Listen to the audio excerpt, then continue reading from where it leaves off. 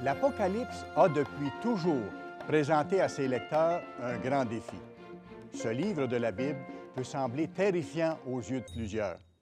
Il parle de chandeliers, d'étoiles, de dragons et autres bêtes étranges. En réalité, ce sont des symboles qui ont une signification précise. Pouvons-nous découvrir les secrets de ce livre mystérieux? Est-il possible de savoir dans quel but il a été écrit? Bien sûr, c'est possible. Plusieurs pensent que ce livre cache un grand mystère, une connaissance impossible à découvrir. Toutefois, les tout premiers mots qu'il contient révèlent exactement le contraire. Il s'agit plutôt de la révélation d'un message important. L'émission d'aujourd'hui vous donnera un aperçu de ce livre prophétique et nous commencerons ensemble à découvrir le contenu de ce message particulier. Restez à l'écoute.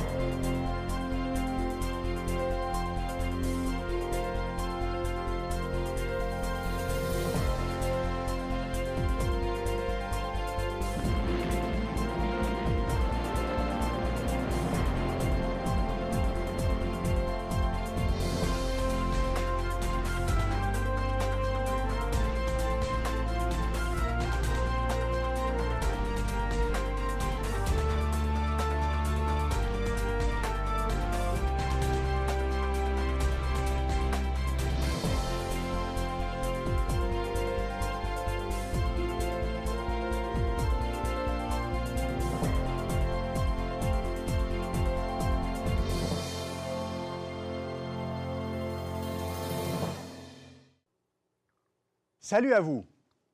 Le premier verset du livre de l'Apocalypse se lit comme suit.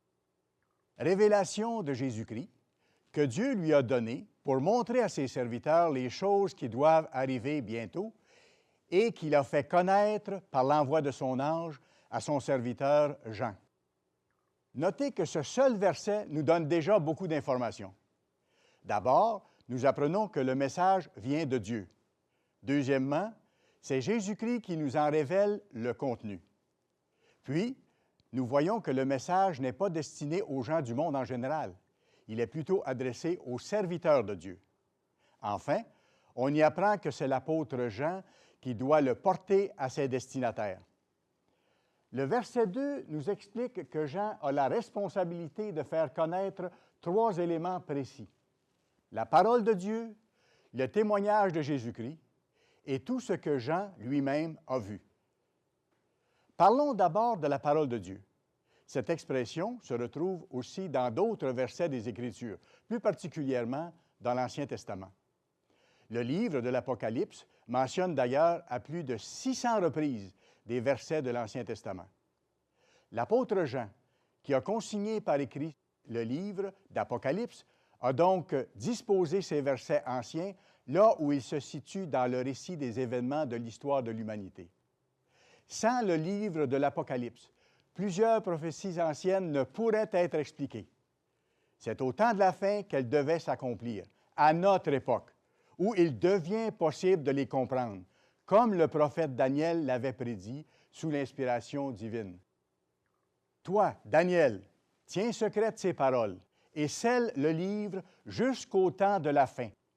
Plusieurs alors le liront et la connaissance augmentera. Il faut savoir que la Bible interprète elle-même ces symboles. Elle explique, par exemple, ce qu'est le témoignage de Jésus-Christ. De quoi s'agit-il exactement? Tout simplement des déclarations de Jésus qui sont contenues dans la Bible. Les paroles du Christ sont des paroles prophétiques. L'apôtre Jean reçut la responsabilité de témoigner de tout ce qu'il a vu.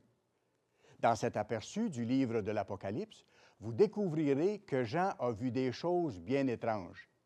Il a vu 4 cavaliers, un dragon rouge, une grande montagne embrasée par le feu, jetée dans la mer, et une grande étoile ardente comme un flambeau qui tombait des cieux.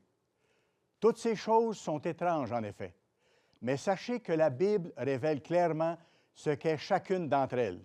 Et oui, c'est possible de comprendre. La parole de Dieu, le témoignage de Jésus-Christ et tout ce que l'apôtre Jean a vu nous révèlent en fait des événements qui vont très bientôt se produire sur notre planète. À la lumière des révélations bibliques, il est donc possible de comprendre les événements mondiaux actuels et de savoir quelles sont les prochaines étapes qui sont déjà en train de prendre forme. Grâce à la révélation des prophéties bibliques, vous jouissez d'une vision plus large, permettant non seulement d'identifier les événements annoncés d'avance, mais aussi d'en connaître l'issue, le sort qui est réservé à l'humanité. Et je peux vous assurer qu'en fin de compte, ce sont de bonnes nouvelles, de très bonnes nouvelles. Apocalypse 1, verset 10, nous révèle le thème principal de ce livre. Jean dit « Je fus saisi par l'Esprit au jour du Seigneur, et j'entendis derrière moi une voix forte comme le son d'une trompette. » Certains affirment que ce jour du Seigneur correspond au dimanche, mais aucune écriture ne vient appuyer cette affirmation. Car le seul jour de la semaine qui est associé au Seigneur, à l'Éternel, à Dieu, c'est le samedi, le sabbat. Nous retrouvons cette expression « jour du Seigneur » à plus de 30 reprises dans l'Ancien Testament. Et à chaque fois, il est question de prophétie pour le temps de la fin. Voyons ce que nous dit le prophète Joël. « Sonnez de la trompette en Sion, faites-la retentir sur ma montagne sainte, que tous les habitants du pays tremblent, car le jour de l'Éternel vient, car il est proche, jour de ténèbres et d'obscurité, jour de nuées et de brouillard. Il vient comme l'aurore se répand sur les montagnes. » Jusqu'à maintenant, nous avons vu plusieurs éléments du message contenu dans le livre d'Apocalypse. 1. Le message vient de Dieu. 2. Jésus est celui qui le révèle. 3. Le message s'adresse aux serviteurs de Dieu. 4. L'apôtre Jean doit l'acheminer à ses destinataires. 5. Le thème de ce livre est le jour de l'Éternel ou le jour du Seigneur, une période d'une année qui est toute proche sur le point de se dérouler. Dans le premier chapitre de l'Apocalypse, au verset 10 et 11, nous voyons à qui l'apôtre Jean devait s'empresser de porter le message.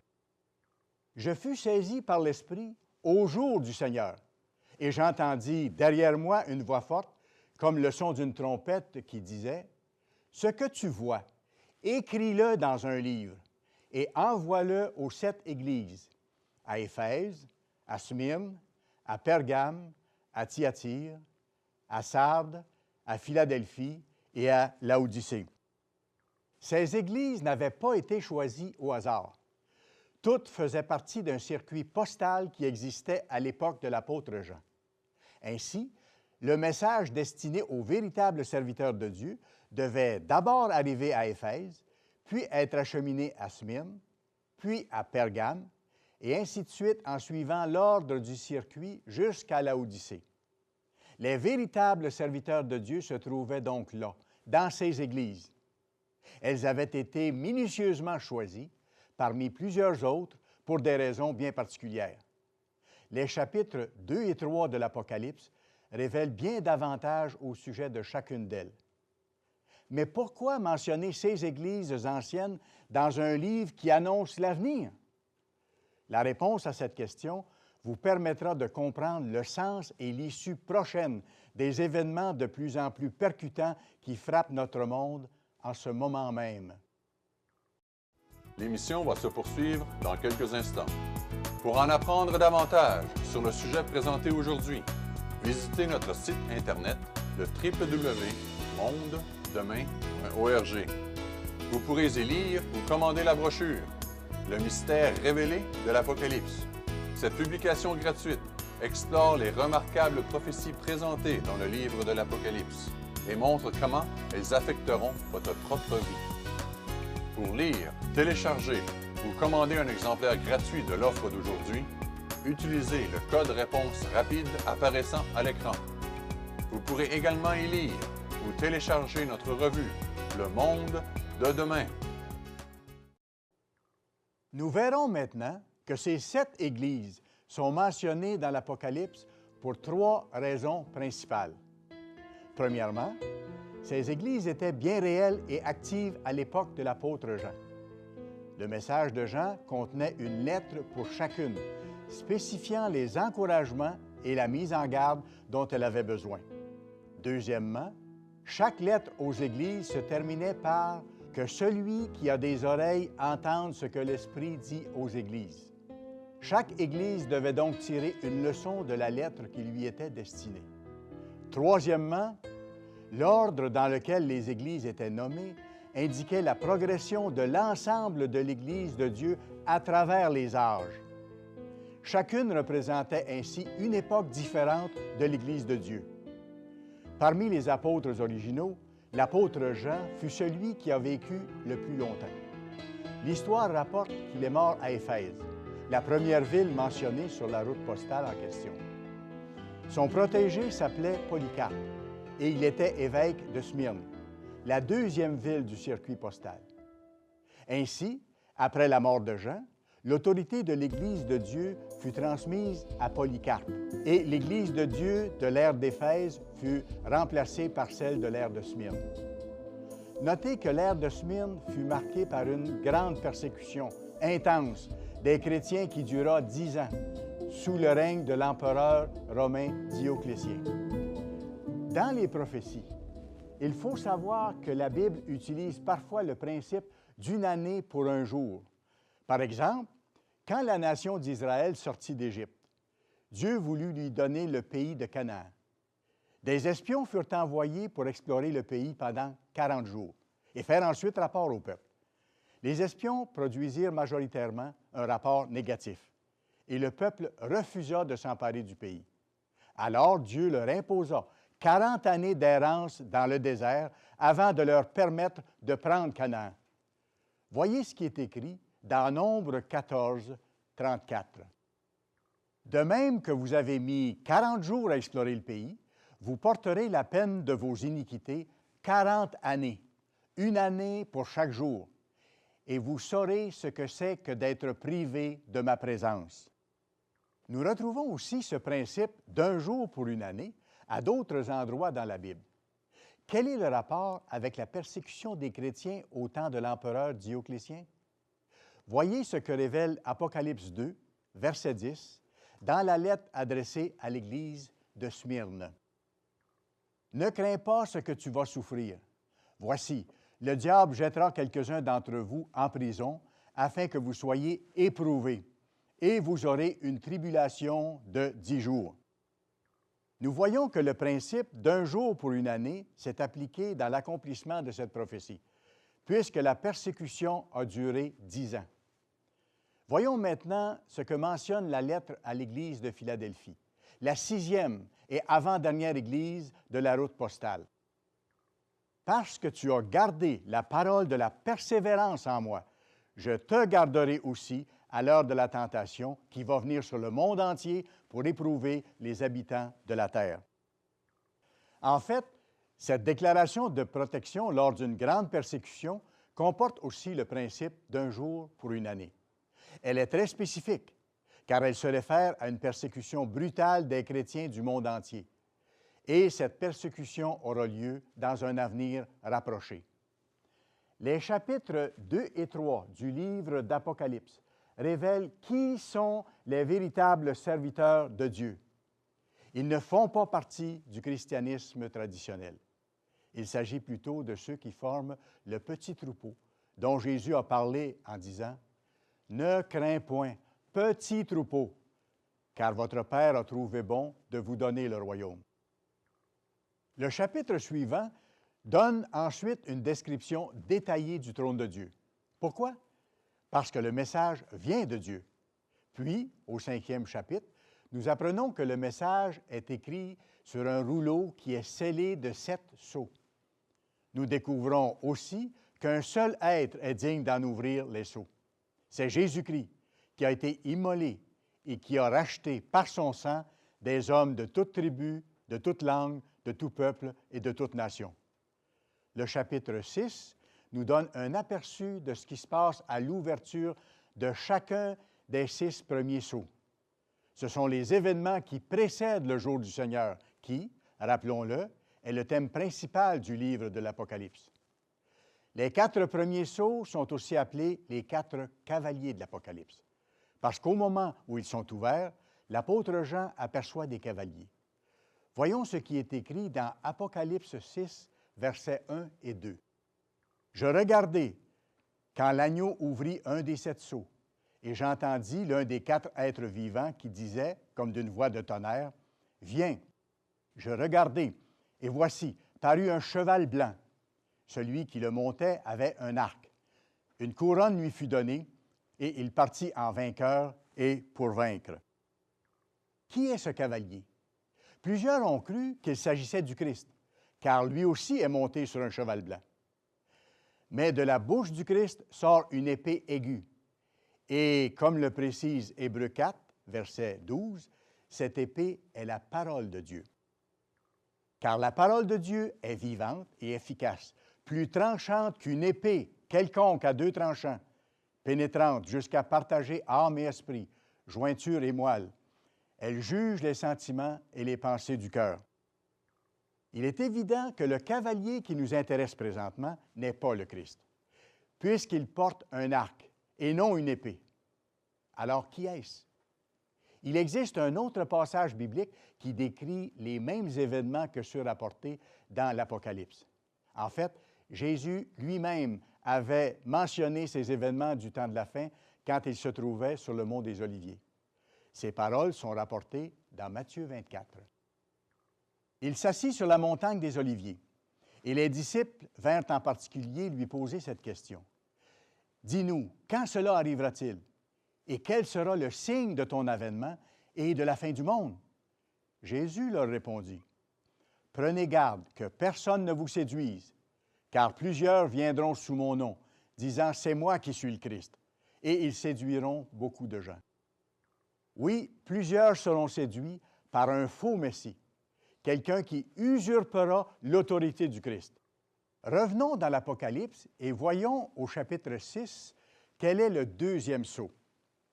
Quand il ouvrit le second sceau, j'entendis le second être vivant qui disait « Viens !» Et il sortit un autre cheval, roux. Celui qui le montait reçut le pouvoir d'enlever la paix de la terre, afin que les hommes s'égorgent les uns les autres, et une grande épée lui fut donnée. Il est ici question de guerre. Ce cheval roux est monté par celui qui a le pouvoir d'enlever la paix de la terre. Avant la Deuxième Guerre mondiale, les armes disponibles étaient plutôt rudimentaires.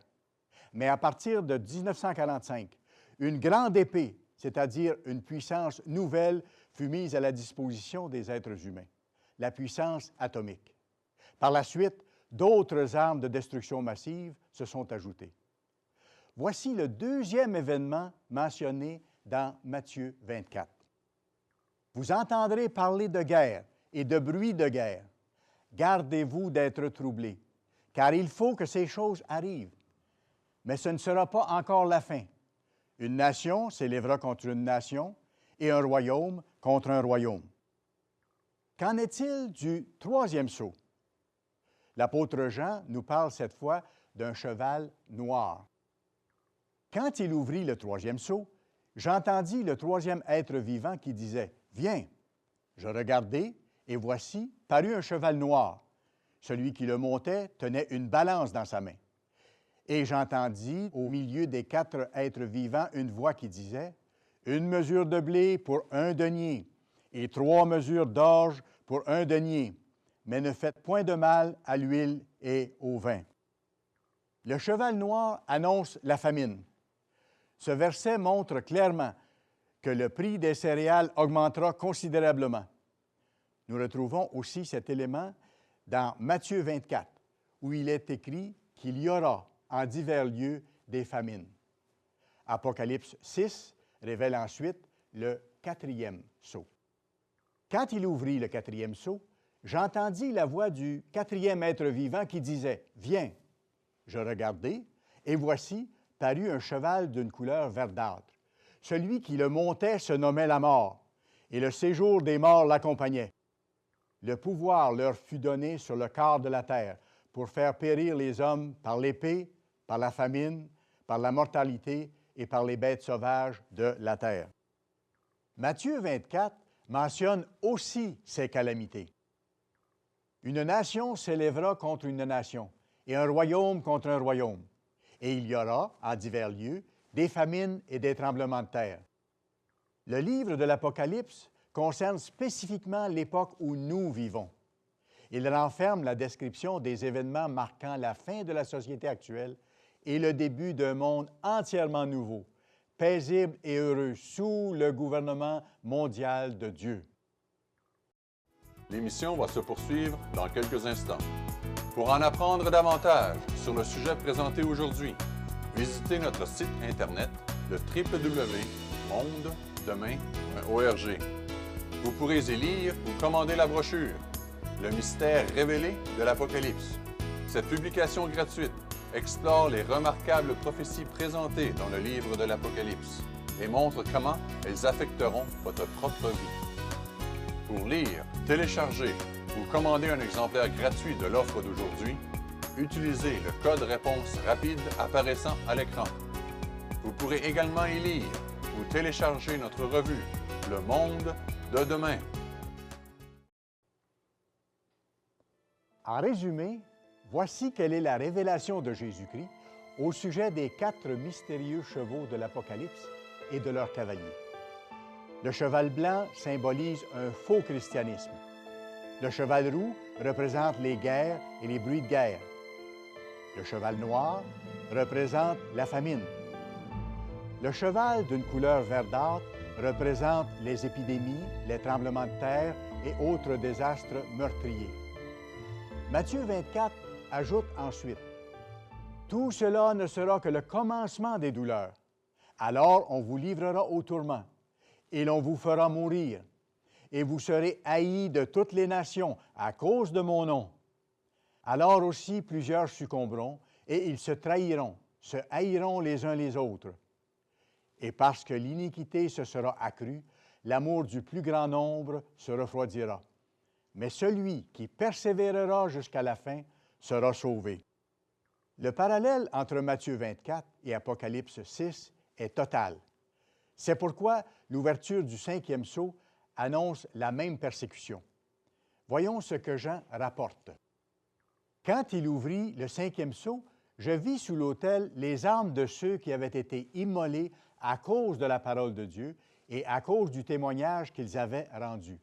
Et ils crièrent d'une voix forte en disant, « Jusqu'à quand, Maître saint et véritable, tarderas-tu à juger et à tirer vengeance de notre sang sur les habitants de la terre? » Une robe blanche fut donnée à chacun d'eux, et il leur fut dit de se tenir en repos quelque temps encore, jusqu'à ce que soit complet le nombre de leurs compagnons de service et de leurs frères qui devaient être mis à mort comme eux.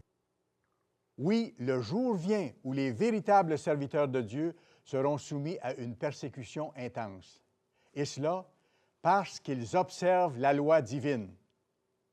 Les serviteurs de Dieu ne militent jamais dans le but de renverser les gouvernements établis, car la Bible nous ordonne de nous soumettre aux lois. Dans 1 Pierre 2, versets 13 à 17, l'apôtre Pierre nous exhorte en disant « Soyez soumis, à cause du Seigneur, à toute autorité établie parmi les hommes, soit au roi comme souverain, soit au gouverneur comme envoyé par lui pour punir les malfaiteurs et pour approuver les gens de bien. Honorez tout le monde, aimez les frères, craignez Dieu, honorez le roi. » Si les chrétiens d'aujourd'hui respectent l'autorité établie, pourquoi la prophétie indique-t-elle qu'ils subiront des persécutions? Il existe dans notre monde occidental un phénomène de plus en plus répandu et connu sous le nom de rectitude politique. Il s'agit d'une attitude qui consiste à éviter systématiquement les paroles ou les actes qui peuvent être interprétés comme offensants pour les groupes minoritaires, c'est-à-dire les personnes qui se distinguent par leur race, leur religion, leur nationalité ou leur valeur morale. Pensez-y. Quelqu'un qui prêche la vérité biblique risque fort de heurter des sensibilités et d'offenser ceux qui sont en désaccord avec les lois divines. Il est tellement facile d'accuser les gens de discrimination. Poursuivons notre examen du livre de l'Apocalypse et découvrons le 6e sceau. Apocalypse 6, versets 12 à 14 rapporte. « Je regardai quand il ouvrit le 6e sceau, et il y eut un grand tremblement de terre. Le soleil devint noir comme un sac de crin. La lune entière devint comme du sang, et les étoiles du ciel tombèrent sur la terre, comme les figues vertes d'un figuier secoué par un vent violent. Le ciel se retira comme un livre qu'on roule, et toutes les montagnes et les îles furent remuées de leur place. » Voilà des événements pour le moins spectaculaires, qui saisiront d'effroi ceux qui en seront bientôt témoins. Poursuivons notre lecture. Les rois de la terre, les grands, les chefs militaires, les riches, les puissants, tous les esclaves et tous les hommes libres se cachèrent dans les cavernes et dans les rochers des montagnes. Et ils disaient aux montagnes et aux rochers, « Tombez sur nous et cachez-nous devant la face de celui qui est assis sur le trône et devant la colère de l'agneau, car le grand jour de sa colère est venu. Et qui peut subsister? » Le livre de l'Apocalypse a encore beaucoup à nous révéler. Voyez-le par vous-même. Ne manquez pas de visiter notre site Internet mondedemain.org. Vous y ferez des découvertes très intéressantes et vous verrez qu'au-delà des temps difficiles viennent des temps heureux où le monde connaîtra enfin l'abondance et la paix véritable. Joignez-vous à nous chaque semaine à l'émission Le Monde de demain. Nous continuerons de partager avec vous les enseignements de Jésus-Christ et la signification des prophéties du temps de la fin. Nous vous invitons à être des nôtres pour découvrir la perspective divine concernant les événements qui marquent l'actualité, les vérités bibliques et la vie chrétienne. Sur ce, je vous dis à la semaine prochaine, même heure, même station. Pour en apprendre davantage sur le sujet présenté aujourd'hui, visitez notre site Internet le www.mondedemain.org. Vous pourrez y lire ou commander la brochure « Le mystère révélé de l'Apocalypse ». Cette publication gratuite explore les remarquables prophéties présentées dans le livre de l'Apocalypse et montre comment elles affecteront votre propre vie. Notre site Internet www.mondedemain.org vous offre également des articles révélant les principes divins qui mènent à une vie abondante et heureuse, en plus de fournir une perspective unique sur les événements mondiaux, actuels et futurs. Pour lire, télécharger ou commander un exemplaire gratuit de l'offre d'aujourd'hui, utilisez le code réponse rapide apparaissant à l'écran. Vous pourrez également y lire ou télécharger notre revue « Le Monde de demain » et vous abonner à notre cours de Bible.